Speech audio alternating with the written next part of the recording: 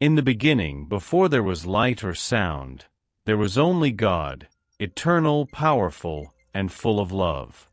From His word came the heavens and the earth, the shining stars, the rolling seas, and every living thing.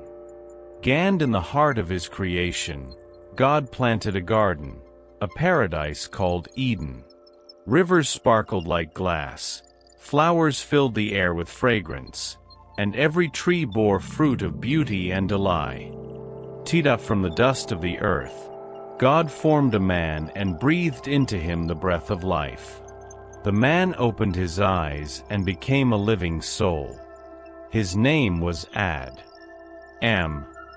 God placed Adam in the garden to care for it and to enjoy its beauty. Yet among all the wonders, Adam was alone. So, God caused him to fall into a deep sleep. And from one of his ribs, He shaped a woman, Eve, graceful and pure. When Adam awoke and saw her, joy filled his heart. Together they lived in peace, walking beneath the trees, talking with the animals, and feeling no shame or fear. In the center of the garden stood two trees, the tree of life, and the tree of the knowledge of good and evil.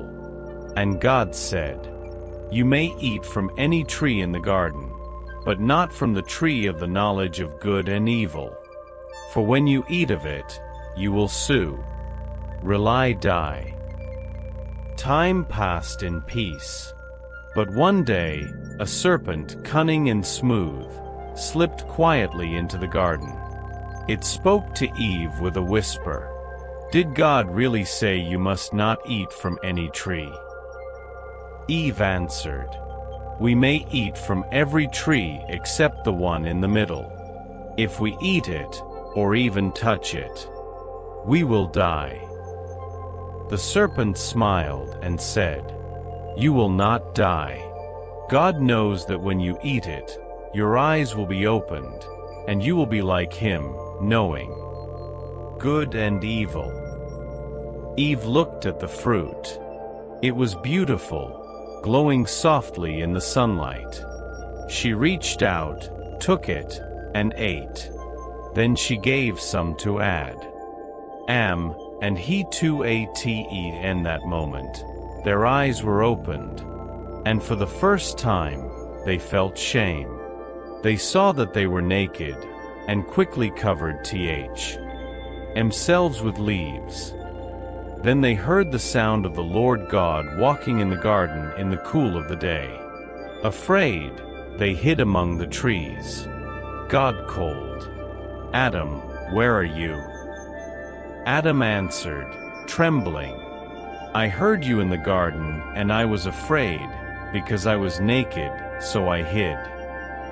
God said, "Who told you that you were naked? Have you eaten from the tree I commanded you not to eat from?" Adam replied, "The woman you gave me, she gave me the fruit, and I ate." God turned to Eve. "What is this you have done?"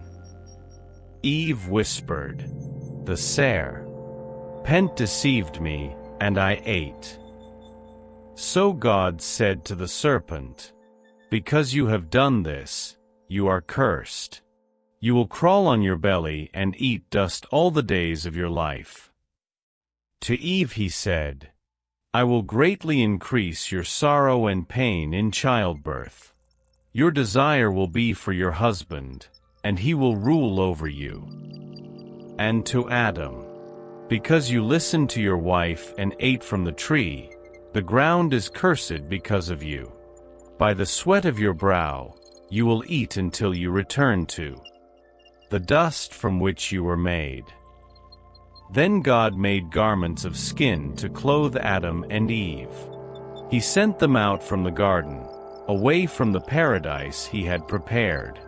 As they walked into the unknown land, the golden gates of Eden closed behind them, guarded by bright angels and a flaming sword that turned every way to guard the tree of life. Though sorrow filled their hearts, hope remained. For even in their mistake, God's love did not end. He promised that one day, through their children's children, redemption would come. And so the story of humankind began. A story of struggle and grace, of loss and love, and of the everlasting desire to return to the place where it all began, the Garden of Eden.